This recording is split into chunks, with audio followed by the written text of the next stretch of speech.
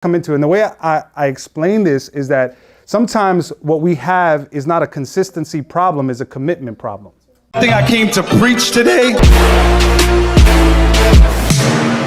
That wasn't that funny. It's not a consistency problem, it's a commitment problem. What I mean is that, in other words, it's not that we can't be consistent, it's that we don't know what to be consistent to. Or you have too many commitments that prevent you from being consistent. So good. Yeah. You have too many commitments. And so I rather it be, and Lisa and I talk about this all the time, like I rather it be that you are faithful to what you commit to. You decide to what you commit to and just be consistent with it. Rather than someone say, hey, I'm ready to take over. I'm ready to serve. Put me on this team and this team and this team. And I want to, and then you can't commit. Mm-hmm. You can't be consistent, I should say, with it. So I usually tell people, hey, I've had conversations with Dream Team members and people of our church, and it's like, hey, what do I need to do? Like, I want to be part of it, but I can't do, every Sunday. And I say, hey, what Sundays can you do? I could do once a month. Can you commit to that? Can you be consistent with once a month? I can be. And so that's the idea. This year, 2023, decide one thing you could commit to. Say, hey, I'm going to take this and I'm going to lead this and I'm going to knock it out the park. And it's better for you to focus on one thing and excel at it than your focus be divided in so many areas and then be inconsistent. The Bible says that a double-minded man is unstable in all his ways.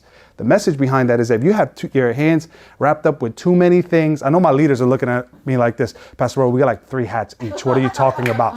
But that's because you've developed to that level. I'm just saying. You've earned those stripes. But that's the idea. The idea is that you would grab something, don't overcommit, so that you can be consistent.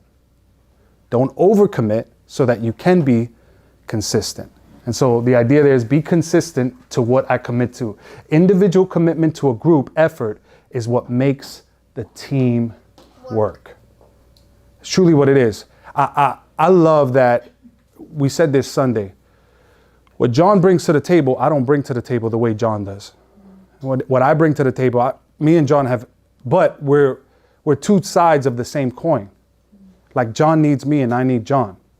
Because probably if it was up to me, everything would be orderly and structured and precise. And if everything was up to John, everything would be flowy and free-spirited and, you know what I mean? It'll look different last week than it did this week. You know what I mean? But we need each other. That's why he's committed and consistent to what he's consistent to. And I'm committed and consistent to what I'm committed to. And that's how the team begins to work properly. Number 3, write this down. Hey, thank you for watching this video. And if you have found any value from it, make sure you hit the subscribe button. You can also hit the bell icon to be notified anytime we release anything new. And if you're interested in more videos like this one, I want to recommend this one to you. Make sure you like it, comment, share it with the world. And last but not least, I want to thank all our Patreon partners. It's because of you we can keep all our content free and share God's love with the world. Remember J1335, love